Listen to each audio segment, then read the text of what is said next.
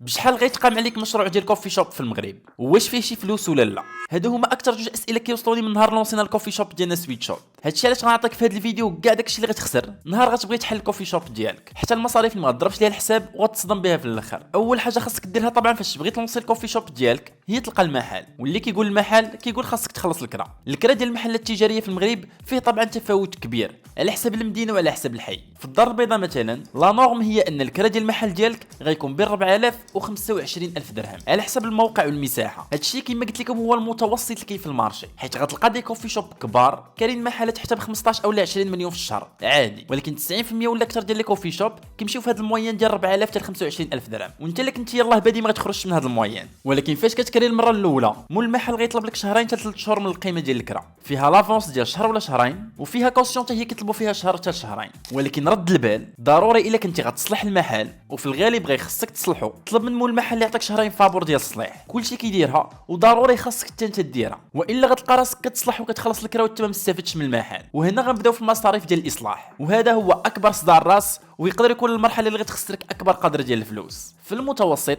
الثمن ديال الاصلاح كيتراوح بين 100000 و 300000 درهم على حسب الحاله ديال المحل والمشروع اللي كان فيه قبل ما تدخل ليه. من وراء الاصلاح كيجي الماتيريال، وهنا عندك تحمس ودير الغلط اللي كيديروه بزاف ديال الناس فاش كيبغيو يبداو المشروع ديالهم. قبل ما تاخذ الماتيريال حط المنيو ديالك بلا فيش تكنيك ديال كل حاجه، عاد قرر شنو هو الماتيريال اللي غتاخذه واللي غتكون فعلا محتاجه. يعني تشوف ماكينه كتصايب سموتيز او لا ماكينه كتصايب الفرابي ولا اي ماكينه كيما كانت وانت ما متاكدش 100% انك غتحتاجها، فغا بعد منها تتبدا وزيد كبر الماتيريال والمنيو ديالك بشويه بشويه. المهم بصفه عامه في البدايه ديالك الماتيريال ما خصكش تخسر فيه اكثر من 100000 درهم. وبما ان الكوفي شوب هو مشروع، واذا كان عندك طموح كبير في المشروع ديالك فخاص يكون عندك الصفه قانونيه، يعني خاصك دير شركه وخاصك تخرج اوتوريزاسيون للكوفي شوب ديالك، وخاصك ايضا تسجل السميه ديالك في لومبيك. بالنسبه للكرياسيون ديال الشركه غتقام عليك بحوالي 5000 درهم، والتسجيل ديال السميه بحوالي 2000 درهم. وفي الاخر فاش تسالي هذا الشيء كامل غتحتاج ستوك انيسيال باش غتبدا. هاد ستوك انيسيال فيه ستوك ديال لي كونسومابل، يعني القهوه، لي سيرو، الشوكولا، الماتشا الى اخره من المواد اللي غتستعمل، وفيه ايضا لومبالاج اللي خاصك تشري منه ستوك كبير في الاول. هاد ستوك انيسيال حتى هو خاصك تحط ليه ميزانيه ديال 20 حتى 30000 درهم. وفي الاخر كتحط واحد المبلغ ابار اللي كيكون هو الفوند غولمون ديال الكوفي شوب ديالك في شهرين ولا 3 شهور الاولى، حتى هي تقدر تحط فيها 30 حتى 40000 درهم. يعني في المتوسط